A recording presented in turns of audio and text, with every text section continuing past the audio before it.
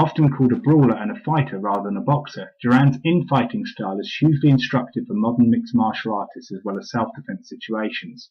Even with the handicap of having heavier, padded and more restrictive gloves, Duran used a series of stand-up grappling holds and moves that probably would have impressed the likes of both Johnson and Corbett. Again, we see the head weaving inside the clinch to maintain control and the positioning of the hips. However, Duran regularly shifted between mid-range and close range using his hips. He often pushed back in order to give his punches more power, but could equally move them forward to smother an opponent's counter. Just as someone in a self-defense situation might use one hand to control and the other hand to strike, Duran trapped and wrestled with one hand whilst he punched with the other. He used collar ties, underhooks and overhooks to secure his opponent as he administered his single-hand attacks. The genius of Duran's infighting was the ease at which he could transition from striking to grappling and back to striking again, often switching sides. His uppercut was often turned into an underhook. As for his jab, that moves us into another area of using trapping to set up effective striking.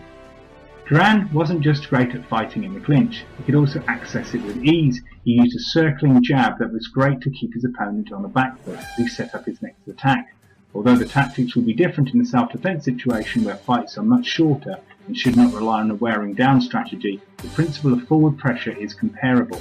This has a particular relevance for MMA fighting where clinching forms a huge part of the overall game. Fighting in the same weight division and era, one of Duran's rivals, Thomas Hearns, often used a pawing jab. I appreciate I might be stretching matters a little by describing this skill as a trapping, much less a grappling tool. However, it does have its place in dirty boxing. Not really a strike, the pawing jab is used as an obstructing tool and a rangefinder. What brings it into the dynamic of fighting we are currently discussing is the fact that it is a tactile tool. More subtle than Duran's circling jab, but still keeping an opponent on the back foot, the pawing jab can blind an opponent to incoming techniques and it also gives the jabber an early warning. It is reminiscent of the fence which is taught in self-defense. The fence describes the boundary concept used at the pre-fight stage of a counter-assault. The defender sets up some form of boundary he can use to gauge whether an enemy is going to attack. Typically, he will use his lead hand as a type of sensory tentacle. When the enemy presses forward and touches the hand in any way, the defender can throw a preemptive strike. In essence, this can resemble the same setup as a pawing jab right cross. However, the main difference is that the fence is used defensively, whereas the pawing jab is often an attack. The pawing jab can easily be changed to a trap or clinch and is beginning to show up quite often in MMA.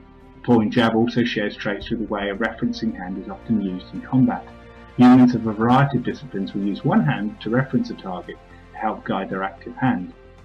Lightweight champion Lomachenko uses a referencing hand during his many setups in a way that is more directly connected to self-defense in MMA than the pawing jab. Furthermore, he also used a technique referred to in boxing circles as a slap-down parry. This is comparable to a trapping technique found in Filipino martial arts styles. It is also a very effective self-defense technique used to clear obstructions whilst the defender keeps his asymmetrical counter-assault on the front foot.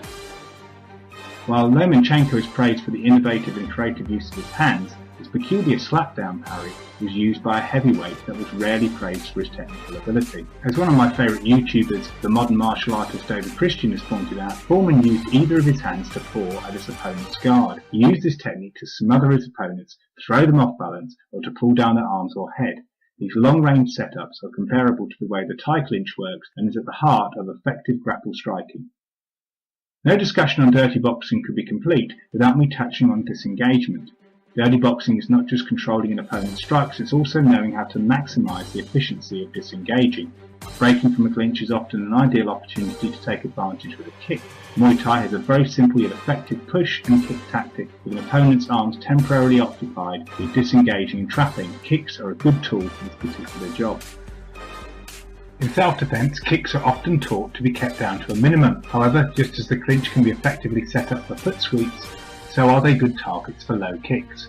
Such a primal concept is embraced in the English combat sport of parrying, which might be considered to be a native martial art of my region. With its origins dating back to at least the early 17th century, when it was included in the Cotswold Olympic Games, parrying involves two fighters clinching each other's white coats, representing shepherd's smocks, and attempting to kick each other in the shins. If you enjoyed this video, please hit the like button and subscribe to the channel. Please leave feedback to let me know your thoughts on tactile awareness, trapping and other related themes covered in this video. For more insights, reviews and diary entries as well as details on my products and services, please check out clubchimera.com. Thank you.